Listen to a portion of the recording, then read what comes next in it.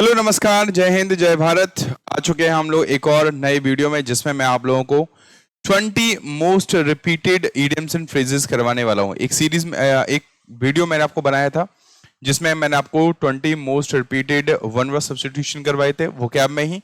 आज वोकैब में ही 12 नंबर का पार्ट है, जिसमें आप लोगों को 20 most repeated idioms and phrases करवाने जा रहा हूं। ठीक है, तो शुरू कर लेते हैं हम लोग बिना देरी किए हुए। वीडियो को लाइक और शेयर कर दो। जिन्होंने सब्सक्राइब नहीं किया है वो सब्सक्राइब कर लो एक बार वीडियो को। पहला वर्ड आपके सामने है, मोस्ट रिपीटेड है, इनसे एग्जाम में क्वेश्चन आए हुए हैं, तो सभी बच्चे थोड़ा सा ध्यान से सुनिएगा। और थोड़ा सा ये आप लोगों को एक बात मैं और बोलूंगा कि जो भी इडियम्स एंड फ्रेजेस आएंगे उनमें दिमाग का इस्तेमाल जरूर करेंगे। तो इडियम्स एंड फ्रेजेस को दिमाग का इस्तेमाल करके बनाया जा सकता है, मैं फिर बोलूंगा, ठीक है कि नहीं है। Above board very very important word. इसका मतलब क्या होता है? ईमानदार होता है। एंड लीगल, कोई भी चीज जो एकदम सही है, वैध है, लीगल है, या फिर कोई इंसान है जो ईमानदार है, उस कंडीशन में हम लोग क्या यूज करते हैं? उस कंडीशन में हम लोग यूज करते हैं यहाँ पे एबव बोर्ड का। किसका यूज करते हैं बेटा? हम लोग एबव बोर्ड का यूज करते हैं बेटा। क्लियर है कि नहीं है? चलिए इसी के साथ में हम लोग आगे बढ़ेंगे। नेक्स्ट वर्ड हम लोग देखेंगे बस कुछ ही देर में, ठीक है। नेक्स्ट वर्ड पे हम लोग चर्चा करेंगे। नेक्स्ट वर्ड हमारे सामने लिखा है take with a pinch of salt. आपने देखा होगा कभी कभी हम लोग क्या करते हैं, जब भी कोई व्यक्ति हमारे पास आता है ना, कोई कुछ कहता है, कुछ करता है, तो हम लोग क्या करते हैं, एकदम से पूरी तरह से उस पर विश्वास नहीं दिखाते, धीमे धीमे करके दिखाते हैं। क्यों? क्योंकि हम उसे कोशिश करते हैं क्या करने का, हम समझने का कि भैया इंसान सही है कि नहीं है। ऐसा तो नहीं कि भैया इंसान गलत है और हम लोग क्या कर रहे हैं, उस पर ऐसे ही कुछ ना कुछ बोले जा रहे हैं। तो ये चीज आपको समझने की कोशिश करना है।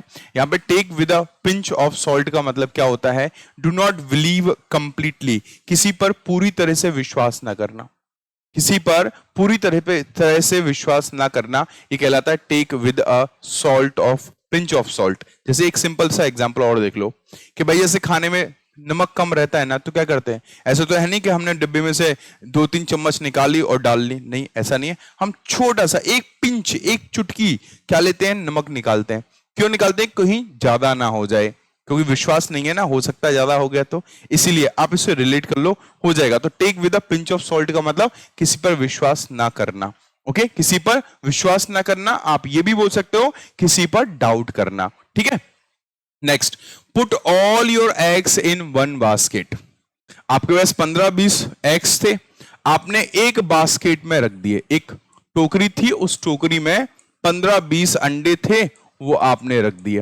अब इसका मतलब क्या है कि जो भी आपके पास रिसोर्सेस थे सब आपने एक जगह लगा दिए। मान के चलो पापा ने आपको 50-60 हजार रुपए दे दिए, बोला कि इनको ढंग की जगह लगा दो। आपने वो 50-60 हजार रुपए लेके एक ही शेयर मार्केट में जाके एक ही शेयर में लगा दिए, एक ही कंपनी में लगा दिए। अब वो कंपनी डूब गई, पूरा पैसा डूब गया। अगर उन्हीं पैसों को आप अलग अलग 10 कंपनियों में, 5 कंपनियों में लगाते, तो एक आध दो कंपनी डूबती, बाकी तो सही चलती। तो यही मतलब समझने की कोशिश करो। Put all your eggs in one basket का मतलब है कि जो भी आपके पास चीजें हैं उनको एक ही रिसोर्स में लगा देना। तो ये लिखा हुआ डिपेंड ऑन वन ऑप्शन, किसी भी एक चीज के ऊपर डिपेंड रहना।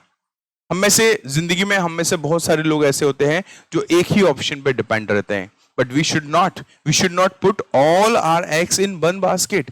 हमें डाइवर्सिफाई करना चाहिए, है ना। तो किसी भी एक विकल्प पर, एक ही चीज पर निर्भर रहने के लिए put all your eggs in one basket का यूज करते हैं। Next, kill 2 birds with 1 stone. इसका मतलब तो वैसे ही बताया, एक तीर से क्या करना भैया? 2 निशाने, है ना। अचीव 2 गोल्स एट वंस, एक बार में 2 गोल्स, 2 ड्रीम पूरे हो जाना।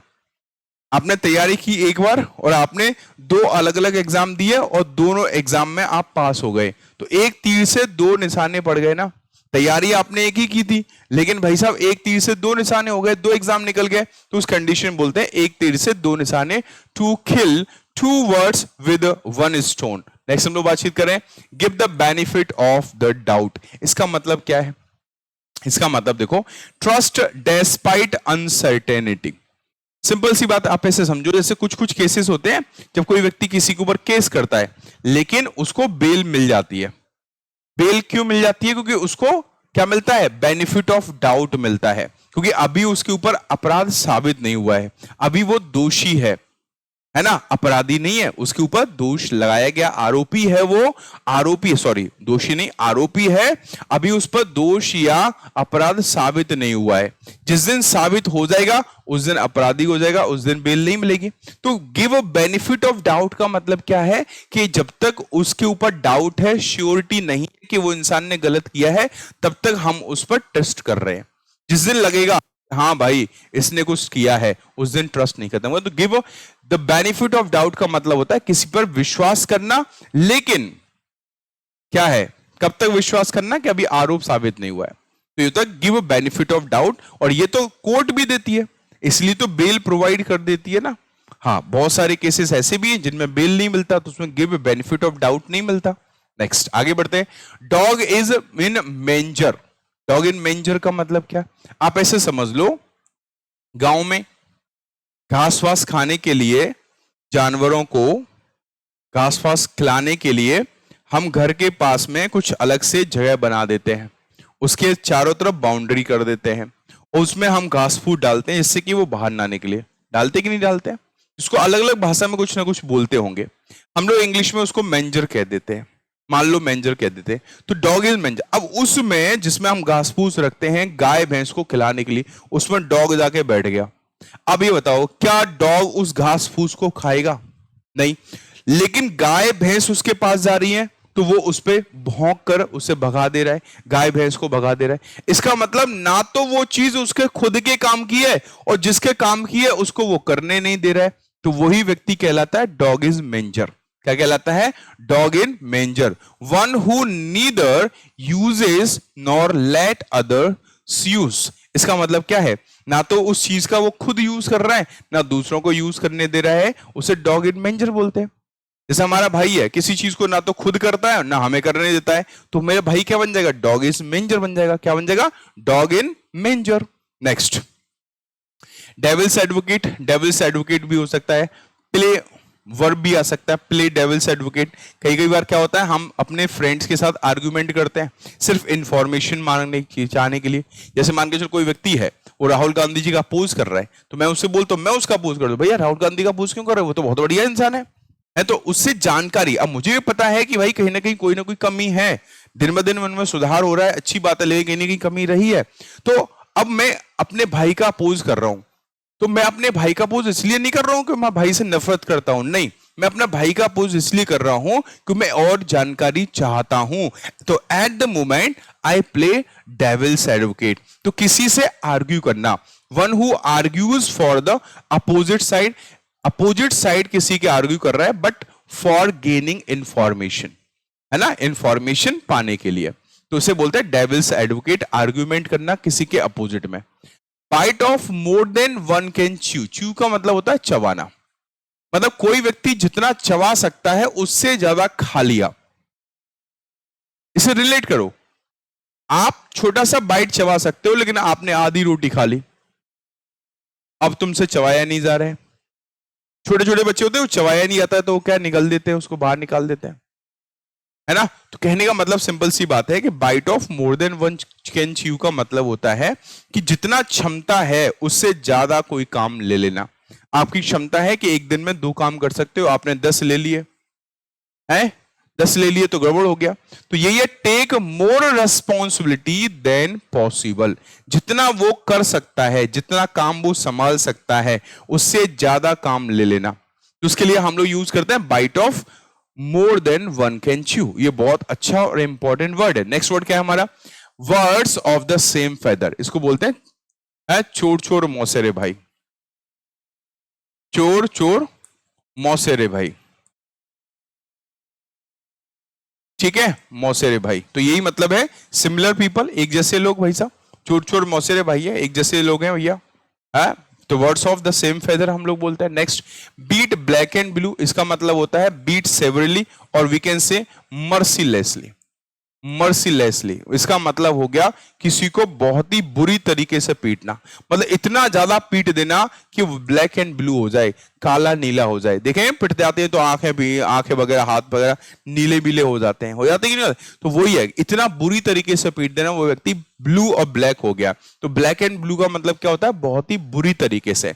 नेक्स्ट वन लिखा हुआ है एट 6 एंड 7, इसका मतलब होता है इन डिसऑर्डर। इसे तितर वितर बोल सकते हैं या फिर बोल सकते हैं अस्त व्यस्त।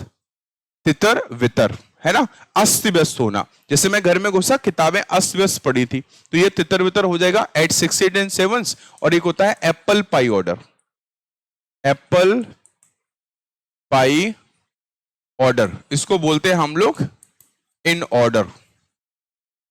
इन ऑर्डर मतलब व्यवस्थित होना, व्यवस्थित। देखो व्यवस्थित मतलब सही ऑर्डर में होना, व्यवस्थित रूप में। ये इधर उधर फैली हुई डली थी और ये एकदम ठीक क्रम में है ना। ठीक क्रम में होने के लिए एप्पल पाई ऑर्डर, इधर उधर डला हुआ होने के लिए एट 6 एंड 7। ठीक है, तो आगे बढ़ने से पहले मैं आपको बताना चाहूंगा भैया वीडियो को लाइक और शेयर कर दो।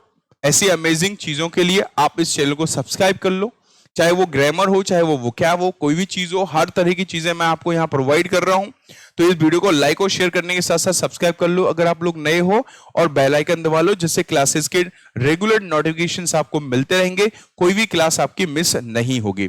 नेक्स्ट वर्ड है एड फ्यूल द फ्लेम बोल सकते हैं, या फिर add fuel to the fire बोल सकते हैं। अब फ्लेम बोल लो या फायर बोल लो, दोनों का एक ही मतलब है, आग में घी डालना। क्या मतलब है? Make a bad situation worse, इसका मतलब यह है बद से बदतर कंडीशन में कर देना, मामले को बिगाड़ देना, आग में घी डाल देना। मामला अभी थोड़ा बहुत बिगड़ा था, तुम्हारे आने से और ज्यादा बिगड़ गया, तो add fuel to the fire हो जाता है। अब बोन ऑफ कंटेंशन, इसको हम लोग एप्पल ऑफ डिस्कॉर्ड भी कह सकते हैं, एप्पल ऑफ डिस्कॉर्ड भी कह सकते हैं। इसको बोलते हैं कॉज ऑफ क्वेरल या cause of dispute, cause of quarrel या कॉज ऑफ डिस्प्यूट, जिसे हिंदी में बोलते हैं झगड़े की जड़। क्या बोलते हैं? झगड़े की जड़, झगड़े की जड़ है ना। तो एप्पल ऑफ डिस्कॉर्ड हो या बोन ऑफ कंटेंशन हो, कंटेंशन मतलब झगड़ा और डिस्कॉर्ड मतलब झगड़ा, क्वेरल डिस्प्यूट मतलब झगड़ा, तो इसको बोलते हैं झगड़े की जड़, एप्पल ऑफ डिस्कॉर्ड। नेक्स्ट हम लोग बातचीत कर रहे हैं कट कॉर्नर्स। कट कॉर्नर्स का मतलब है लापरवाही करना। कई बार होता है ना कि हम मजदूर लगाते हैं तो वो भाई जल्दबाजी कर करके ना वो फालतू में रायता फैला के चले जाते हैं, तो वो कट कॉर्नर्स करते हैं। क्या करते हैं? डू समथिंग चीपली और केयरलेसली, किसी चीज को तुमने सस्ते में तो निपटा दिया, लेकिन इतना भाईजादा वो काम गया है कुछ पूछो नहीं, हमें 2 दिन बाद फिर उसको सही करवाना पड़ा। तो यही मतलब होता है कट कॉर्नर्स का मतलब काम में लापरवाही करना, दोनों तरीके से, मेहनत के तरीके से भी और पैसों के तरीके से भी, है ना। हम सोचते हैं पैसे बच जाएं, लेकिन वो पैसे बचाने के चक्कर में वो लापरवाही कर गए उसको। तो कट कॉर्नर्स का मतलब यही होता है। नेक्स्ट वर्ड क्या है हमारा? Throw in the towel, very very important word. ये भी वेरी वेरी इंपॉर्टेंट वर्ड है, हालांकि मैं आपको पहले ही बोल चुका हूं, मोस्ट रिपीटेड वर्ड करवा रहा हूं। थ्रो इन द टॉवल का मतलब होता है, क्या होता है, जैसे आप जनरली देखेंगे जब रिंग होती है ना, रिंग जहां पे कुश्ती खेली जा रही है, जहां किक बॉक्सिंग हो रही है ना, जहां बॉक्सिंग हो रही है, उसमें क्या है, जैसे सामने वाला प्लेयर नहीं आ रहा है ना, तो वो टॉवल को फेंक के चला जाता है। वो खुद नहीं आता है, वो क्या करेगा, वो टॉवल को आएगा, फेंकेगा और चला जाएगा। तो थ्रो इन द टॉवल का मतलब क्या है, वो इसका मतलब वहां समझ जाएंगे कि उसने हार मान ली, उस व्यक्ति ने क्या कर लिया, हार मान ली। तो एडमिट डिफीट होता है, क्या होता है, हार मान लेना किसी भी चीज में, ठीक है कि नहीं। तो we should never throw in the towel while this journey, इस जर्नी में हमें कभी भी क्या नहीं करना है, हमें हार नहीं मानना है, ठीक है कि नहीं। एप्पल ऑफ वंस आई, बहुत अच्छा शब्द है। समवन वेरी डियर, डियर का मतलब होता है प्रिय, इसको हम लोग बोल सकते, हाँ प्रिय नहीं है, प्रिय, ठीक है। कोई इंसान जो बहुत ज्यादा कैसा है, प्रिय है किसी का, बहुत ज्यादा चहेता है, इसको हिंदी बोलते हैं आंख का तारा। क्या बोलते हैं इसको हम लोग हिंदी में, आंख का तारा। अरे ये इंसान तो अपने पापा की आंख का तारा है, he is an apple of one's eye है ना, तो हिज फादर्स आई बन जाएगा। तो एप्पल ऑफ वंस आई का मतलब होता है आंख का तारा। नेक्स्ट बैड ब्लड, ध्यान से सुनना, बैड ब्लड का मतलब होता है दुश्मनी, या फिर हम इसको जानी दुश्मनी भी कह सकते हैं। जानी दुश्मनी भाई साहब, फीलिंग्स ऑफ हेट्रेड, नफरत की फीलिंग्स भरी हुई है उसके अंदर। बैड ब्लड, बुरा खून है उसके अंदर, मतलब कि उसके अंदर नफरत भरी हुई है। तो जाने दुश्मनी को हम लोग बोलते हैं, या फिर इसको हम लोग बिटर, बिटर मतलब कड़वी, और एनिमिटी, एनिमिटी मतलब दुश्मनी, एकदम कट्टर दुश्मनी है उन लोगों के बीच में, मन मुटाव बोल सकते हैं या फिर जानी दुश्मनी बोल सकते हैं। तो बैड ब्लड कब यूज करेंगे? जब जानी दुश्मनी की बात हो रही होगी। एक होता है बैड एग, है ना।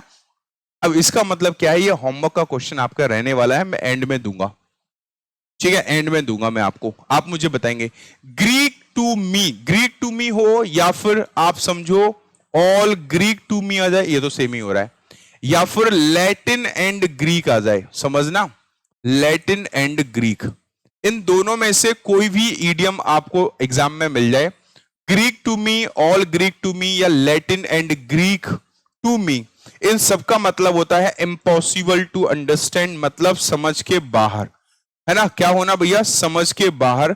इनको हम लोग इनकॉम्प्रिहेंसिबल भी कह देते हैं, है ना। एक ऐसी चीज जिसको आसानी से नहीं समझा जा सकता, उसे बोलते हैं इनकॉम्प्रिहेंसिबल, या फिर बोल सकते हैं एब्स्ट्रूज। क्या कह सकते हैं बेटा? एब्स्ट्रूज कह सकते हैं। इसको बोलते हैं समझ के परे। कुछ कुछ लोगों के जो ज्ञान वाली बातें होती है वो हमारे समझ के परे होती हैं, एब्स्ट्रूज होती है, इनकॉम्प्रेहेंसिबल होती है। तो इनको बोल सकते हैं हम लोग, क्या बोल सकते हैं? These things, these all the things are Greek to me और Latin and Greek to me, है ना। कोई बार बोलते हैं क्या फारसी लिखा है, को समझ में नहीं आ रहा है, फारसी लिखा है मतलब समझ के बाहर है भैया। नेक्स्ट, बाय एंड लार्ज का मतलब होता है सामान्यतः, जनरली। बाय एंड लार्ज का मतलब सामान्यतः, जनरली ऐसा होता है, ठीक है, उस कंडीशन में यूज करते हैं। कास्ट पल्स बिफोर स्वाइन, अब स्वाइन कौन होता है? स्वाइन मतलब होता है सुअर, समझो बात को। अब सुअर के सामने आप क्या कर रहे हो? सुअर के सामने आप मोती डाल रहे हो भैया, है, सुअर के सामने मोती डाल रहे हो, सुअर के सामने मोती दे रहे हो फेंकने के लिए। इसका मतलब क्या है? जिस इंसान को वैल्यू नहीं है उस चीज की, आप उसको वो वैल्यूएबल चीज दे रहे हो। इसका मतलब एक हिंदी में हम लोग बोलते हैं, आपने सुना होगा, डेफिनेटली सुना होगा, भैंस के आगे बीन बजाना,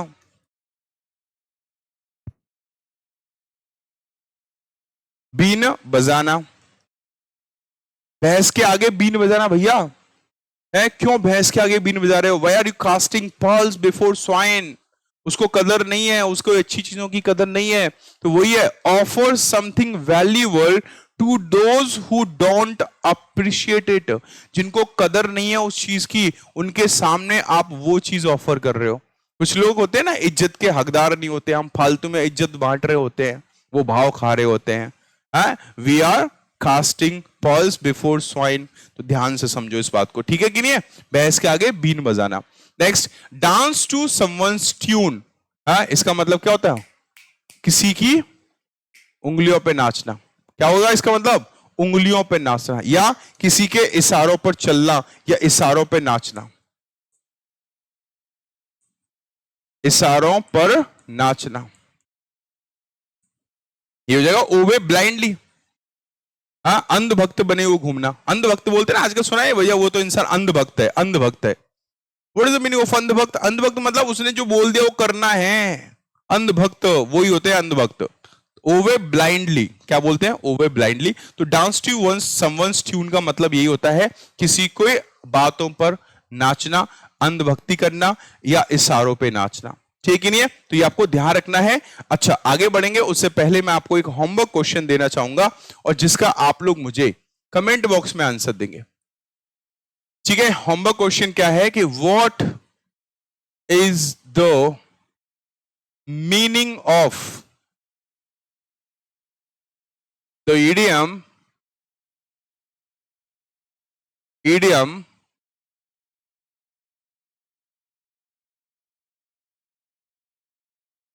a bad egg, a bad egg? Egg, ठीक है।